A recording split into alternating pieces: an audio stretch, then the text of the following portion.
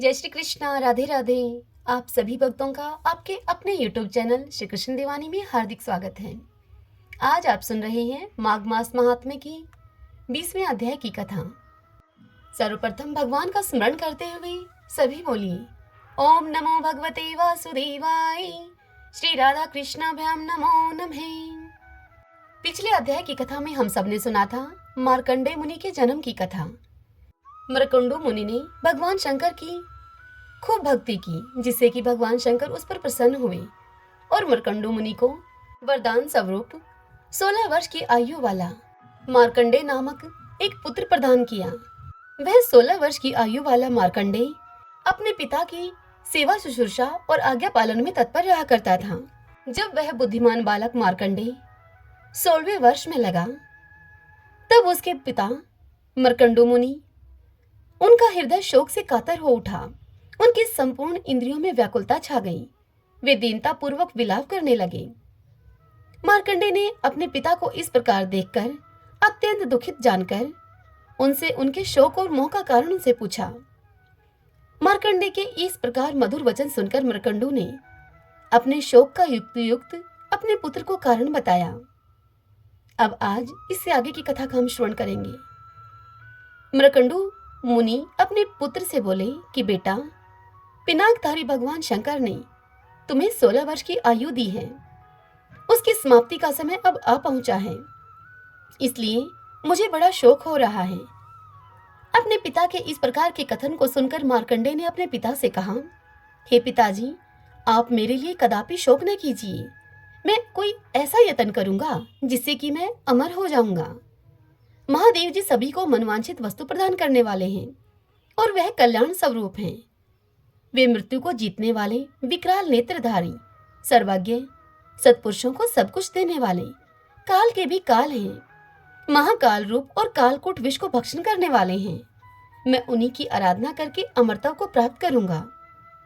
अपने पुत्र की इस बात को सुनकर माता पिता को बड़ा हर्ष हुआ और उन्होंने अपने पुत्र की इस बात को सुनकर अपने सारे शोक को छोड़कर प्रसन्नता पूर्वक अपने पुत्र से कहा, बेटा, तुमने हम दोनों का शोक नष्ट करने के लिए भगवान मृत्युंजय की आराधना रूप महान उपाय का प्रतिपादन किया है। हे तात, तुम उन्हीं की शरण में जाओ। उनसे बढ़कर दूसरा कोई भी हितैषी नहीं है तुम्हारा। जो बात मन की कल्पना में भी नहीं आ सकती, उसे भी भगवान शंकर सिद्ध कर देते हैं। वे काल का भी संहार करने वाले हैं। बेटा, क्या तुमने नहीं सुना है, पूर्व काल में कालपाश से बंधे हुए श्वेत केतु की महादेव जी ने किस प्रकार रक्षा की थी। उन्होंने ही समुद्र मंथन से प्रकट हुए प्रलयकालीन अग्नि के समान भयंकर हलाहल विष का पान करके तीनों लोगों को बचाया था। जिसने इन तीनों लोगों की संपत्ति हड़प ली थी, उस महान अभिमानी जलंधर को अपने चरणों की अंगुष्ठ रेखा से प्रकट हुए चक्र के द्वारा मौत के घाट उन्होंने उतार दिया था। वे यही भगवान दुर्जटी हैं, जिन्होंने श्री विष्णु को बाण बनाकर एक ही बाण के प्रहार से उत्पन्न हुई आग की लपटों से दैत्यों के तीनों पुरों को फूंक डाला था। अंधकासुर तीनों लोगों का ऐश्वर्य पाकर विवेक शून्य हो गया था, किंतु उसे भी महादेव जी ने अपने त्रिशूल की नोक पर रखकर 10,000 वर्षों तक सूर्य की किरणों में सुखाया। केवल दृष्टि डालने मात्र से तीनों लोगों को जीत लेने वाले प्रबल कामदेव को उन्होंने ब्रह्मा आदि देवताओं के देखते ही देखते जलाकर भस्म कर डाला। अनंग की पदवी को पहुंचा दिया। अनंग कामदेव जी को कहा जाता है।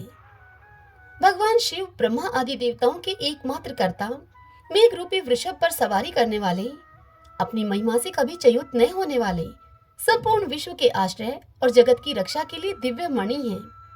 हे बेटा, तुम उन्हीं की शरण में जाओ। इस प्रकार माता पिता की आज्ञा को पाकर मार्कंडेय मुनि, अर्थात वह 16 साल का मार्कंडेय नामक बालक, दक्षिण समुद्र के तट पर चले गए और वहां विधि पूर्वक अपने ही नाम से एक शिवलिंग स्थापित किया। तीनों समय स्नान करके वे भगवान शिव की पूजा करते, उस शिवलिंग की पूजा करते और पूजा के अंत में स्तोत्र को पढ़कर नृत्य किया करते थे। उस स्तोत्र से एक ही दिन में भगवान शंकर संतुष्ट हो गए। मार्कंडेय जी ने बड़ी भक्ति के साथ उनका पूजन किया। जिस दिन उनकी आयु समाप्त होने वाली थी, उस दिन शिवजी की पूजा में संलग्न होकर वे जो ही स्तुति करने के लिए उद्यत हुए, उसी समय मृत्यु को साथ में लिए हुए काल उन्हें लेने के लिए आ पहुंचे। उस काल के गोलाकार नेत्र किनारे की ओर से लाल लाल दिखाई दे रहे थे। सांप और बिच्छू भी उसके रोम थे। बड़ी बड़ी दाढ़ों के कारण उसका मुख अत्यंत विकराल जान पड़ता था। वह काजल के समान काला था। समीप आकर काल ने उसके गले में फंदा डाल दिया। गले में बहुत बड़ा फंदा लग जाने पर मार्कंडेय जी ने कहा, हे महामते काल, मैं जब तक जगदीश्वर शिव के मृत्युंजय नामक महास्त्रोत्र का पाठ पूरा न कर लूं, तब तक मेरी प्रतीक्षा करो। मैं शिव जी की स्तुति किए बिना कहीं नहीं जाता। भोजन और शयन तक भी नहीं करता मैं। यह मेरा निश्चित व्रत है। संसार में जीवन, स्त्री, राज्य और सुख भी मुझे उतना प्रिय नहीं है जितना कि यह शिव जी का स्तोत्र प्रिय है। यदि मैंने इस विषय में कोई असत्य बात न कही हो, तो इस सत्य के प्रभाव से भगवान महेश्वर सदा मुझ पर प्रसन्न रहे। यह सुनकर काल ने मार्कंडेय जी से कहा, हे ब्राह्मण, ऐसा मालूम होता है कि तुमने पूर्व काल से निश्चित की हुई बड़े बूढ़ों की यह बात नहीं सुनी है। जो मूढ़ बुद्धि मानव आयु के प्रथम भाग में ही धर्म का अनुष्ठान नहीं करता, वह वृद्ध होने पर साथियों से बिछड़े हुए राही की भांति पश्चाताप करता है। 8 महीनों में ऐसा कोई उपाय कर लेना चाहिए जिससे कि वर्षा काल के 4 महीने सुख से बीत जाएं। दिन में ही वह काम पूरा कर ले जिससे कि रात में सुख से रहें। पहली अवस्था में ही कोई ऐसा कार्य कर ले जिससे कि बुढ़ापे में सुख रहे। जीवन भर ऐसा कार्य करता रहे मनुष्य जिससे कि मरने के बाद सुख हो। जो कार्य कल करना हो उसे आज ही कर ले, जिसे अपराह्न काल में करना हो उसे पूर्वाह्न काल में ही कर डाले। काल कभी इस बात की प्रतीक्षा नहीं करता कि इस पुरुष का काम पूरा हुआ है या फिर नहीं, यह कार्य कर लिया या फिर इसे करना है, और इस कार्य का कुछ अंश हो गया है तथा कुछ बाकी है इसका। इस प्रकार की इच्छाएं करते हुए पुरुष को काल सहसा आकर दबोच लेता है। जिसका काल नहीं आया है वह सैकड़ों बाणों से बिंध जाने पर भी मरता नहीं, तथा जिसका काल आ पहुंचा है वह कुश के अग्रभाग से छू जाने पर भी जीवित नहीं रहता। मैं हजारों चक्रवर्ती राजाओं और सैकड़ों इंद्रों को भी अपना ग्रास बना चुका हूँ, इसलिए इस विषय में तुम्हें क्रोध नहीं करना चाहिए। जिसका प्रयास कभी विफल नहीं होता, उस काल के उपयुक्त वचनों को सुनकर शिव जी की स्तुति में तत्पर रहने वाले मार्कंडेय जी ने कहा, मार्कंडेय जी काल से बोले, हे काल, भगवान शिव की स्तुति में लगे रहने वाले पुरुषों के कार्य में जो लोग विघ्न डालते हैं वे शीघ्र ही नष्ट हो जाते हैं, इसलिए मैं तुम्हें मना करता हूँ। जैसे राजा के सिपाहियों पर राजा ही शासन कर सकता है, उसी प्रकार शिव जी के भक्तों पर परमेश्वर शिव ही शासन कर सकते हैं। भगवान शंकर के सेवक पर्वतों को भी विदीर्ण कर डालते हैं, समुद्रों को भी पी जाते हैं और पृथ्वी और अंतरिक्ष को भी हिला देते हैं। इतना ही नहीं, वे ब्रह्मा और इंद्र को भी तिनके के समान समझते हैं। भला उनके लिए कौन सा कार्य दुष्कर है? भगवान शिव के भक्तों पर मृत्यु, ब्रह्मा, यमराज, यमदूत और दूसरा कोई भी अपना प्रभुत्व नहीं स्थापित कर सकते। यही काल, क्या तुमने मनीषी पुरुषों का यह वचन नहीं सुना है कि शिव भक्त मनुष्यों पर कहीं भी आपत्ति नहीं आती? ब्रह्मा आदि संपूर्ण देवता क्रुद्ध हो जाएं, तो भी वे उन्हें मारने की शक्ति नहीं रखते हैं। इतनी कथा सुनाकर वशिष्ठ मुनि राजा दिलीप से कहते हैं कि हे राजन, मृकुंडु के पुत्र मार्कंडेय के ऐसे वचनों को सुनकर इस प्रकार यमराज को फटकारने पर भगवान काल आंखें फाड़ फाड़ कर उनकी ओर देखने लगे, मानो तीनों लोगों को वे निगल जाएंगे। वे क्रोध में भरकर उनसे बोले, ओ दुर्बुद्धि ब्राह्मण, गंगा जी में जितने बालू के कण हैं, उतने ब्रह्माओं का इस काल ने संहार कर डाला है। इस विषय में बहुत कहने की क्या आवश्यकता? मेरा बल और पराक्रम तुम देखो। मैं तुम्हें अभी अपना ग्रास बनाता हूँ। तुम इस समय जिनके दास बने हुए बैठे हो, वे महादेव जी मुझसे तुम्हारी रक्षा करें तो सही। श्रीमन नारायण नारायण हरि हरि, भजमन नारायण नारायण हरि हरि। श्री भगवान देवी लक्ष्मी से कहते हैं कि हे लक्ष्मी, प्रथम अध्याय के महात्म्य का उत्तम उपाख्यान मैंने तुम्हें सुना दिया है। अब अन्य अध्यायों के महात्म्य का तुम श्रवण करो। दक्षिण दिशा में वेदवेत्ता ब्राह्मणों के पुरंदरपुर नामक नगर में श्रीमान देव शर्मा नामक एक ब्राह्मण रहा करते थे। वे ब्राह्मण अतिथियों के पूजक, स्वाध्यायशील, वेद शास्त्रों के विशेषज्ञ, यज्ञों का अनुष्ठान करने वाले और तपस्वियों के सदा ही प्रिय थे। उन्होंने उत्तम द्रव्यों के द्वारा अग्नि में हवन करके दीर्घ काल तक देवताओं को तृप्त किया, किंतु उन धर्मात्मा ब्राह्मण को कभी सदा रहने वाली शांति नहीं मिली। वे परम कल्याण में तत्व का ज्ञान प्राप्त करने की इच्छा से प्रतिदिन प्रचुर सामग्री के द्वारा सत्य संकल्प वाले तपस्वियों की सेवा करने लगे। इस प्रकार शुभ आचरण करते हुए उन्हें बहुत समय व्यतीत हो गया। तदंतर एक दिन पृथ्वी पर उनके समक्ष एक त्यागी महात्मा प्रकट हुए। वे त्यागी महात्मा पूर्ण अनुभवी, आकांक्षा रहित, नासिका के अग्रभाग पर दृष्टि रखने वाले और शांत चित्त थे। निरंतर परमात्मा के चिंतन में संलग्न होकर वे सदा ही आनंद विभोर रहा करते थे। देव शर्मा ने उन नित्य संतुष्ट तपस्वी को सद्भाव से प्रणाम किया और उनसे पूछा, हे महात्मन, मुझे शांतमय स्थिति कैसे प्राप्त होगी? तब उन आत्मज्ञानी संत ने देव शर्मा को श्योपुर ग्राम के निवासी मित्रवान का, जो कि बकरियों का चरवाहा था, उसका परिचय दिया और उनसे कहा कि तुम्हें वही उपदेश देंगे। यह सुनकर देव शर्मा ने महात्मा के चरणों की वंदना की और समृद्धशाली श्योपुर ग्राम में पहुंचकर उसके उत्तर भाग में एक विशाल वन देखा। उसी वन में नदी के किनारे एक शिला पर मित्रवान बैठा हुआ था। उस मित्रवान के नेत्र आनंद के तिरेक से निश्चल हो रहे थे। वह अपलक दृष्टि से देख रहा था। वह स्थान आपस का स्वाभाविक वैर छोड़कर एकत्रित हुए परस्पर विरोधी जंतुओं से घिरा हुआ था। उस उद्यान में मंद मंद वायु चल रही थी। मृगों के झुंड शांत भाव से बैठे हुए थे और मित्रवान दया से भरी हुई आनंदमयी मनोहारिणी दृष्टि से पृथ्वी पर मानो अमृत छिड़क रहा था। इस रूप में उसे देखकर देव शर्मा का मन बड़ा प्रसन्न हो गया। वे उत्सुक होकर बड़ी विनय के साथ मित्रवान के नजदीक गए। मित्रवान ने भी अपने मस्तक को किंचित नवाकर देव शर्मा का सत्कार किया। तदंतर विद्वान देव शर्मा अनन्य चित्त से मित्रवान के समीप गए और जब मित्रवान के ध्यान का समय समाप्त हो गया, उस समय उन्होंने अपने मन की बात उससे पूछी। ब्राह्मण देव शर्मा ने कहा, हे महाभाग, मैं आत्मा का ज्ञान प्राप्त करना चाहता हूँ।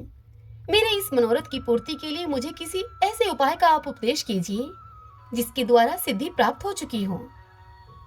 देव शर्मा की इस बात को सुनकर मित्रवान ने एक क्षण तक कुछ विचार किया और उसके बाद मित्रवान देव शर्मा से इस प्रकार बोला। मित्रवान ने कहा, हे विद्वान, एक समय की बात है, मैं वन के भीतर बकरियों की रक्षा कर रहा था। इतने में ही एक भयंकर व्याघ्र पर मेरी दृष्टि पड़ी, जो कि मानो सभी को ग्रस्त लेना चाहता था। मैं मृत्यु से डरता था, इसीलिए व्याघ्र को आते हुए देखकर बकरियों के झुंड को आगे करके मैं वहां से भाग गया। किंतु एक बकरी तुरंत ही सारा भय छोड़कर नदी के किनारे उस व्याघ्र के पास बेरोक टोक चली गई। फिर तो व्याघ्र भी द्वेष को छोड़कर चुपचाप खड़ा हो गया।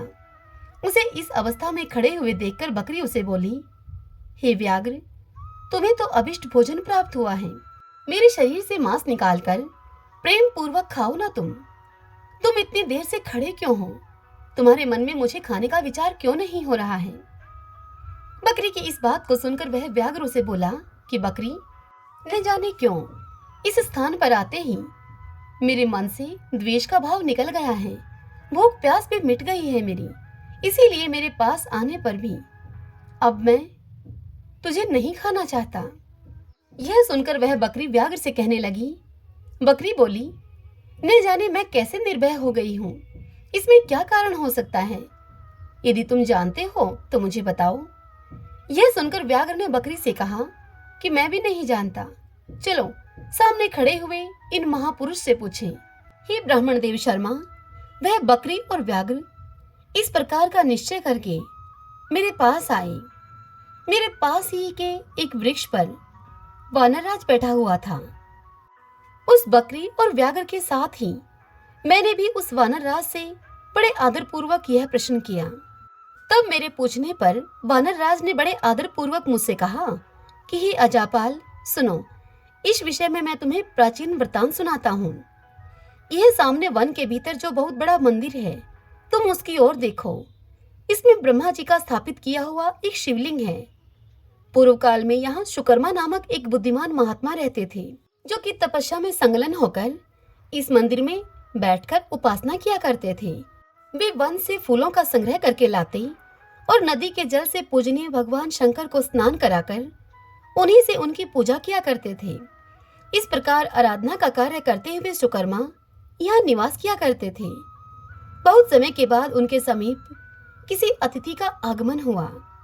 शुकर्मा ने भोजन के लिए फल लाकर अतिथि को अर्पण किया और उनसे कहा कि हे विद्वन, मैं केवल तत्वज्ञान की इच्छा से भगवान शंकर की आराधना किया करता हूँ।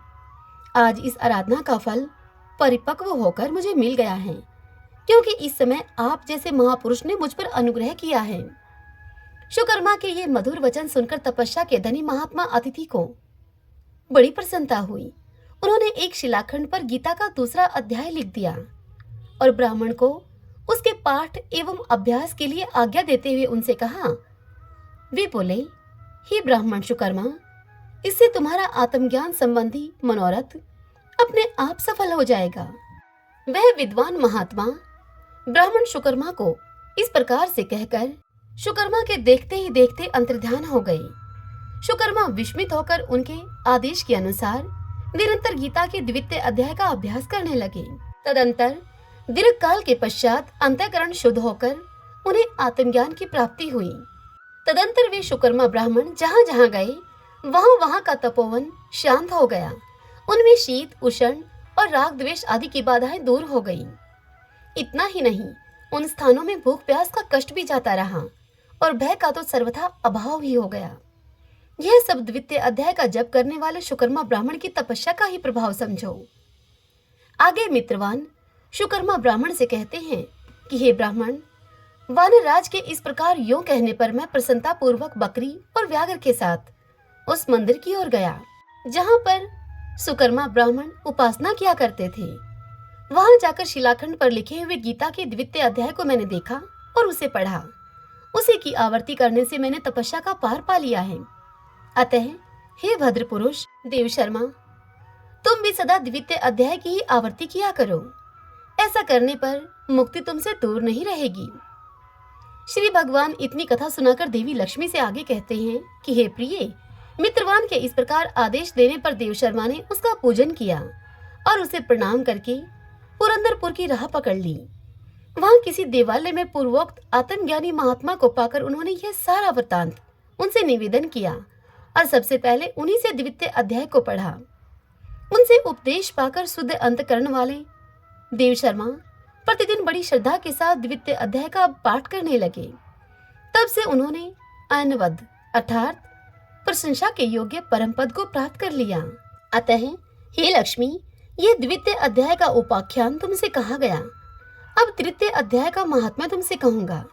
श्रीमन्नारायण नारायण हरि हरि, भजमन नारायण नारायण हरि हरि। हरे कृष्णा।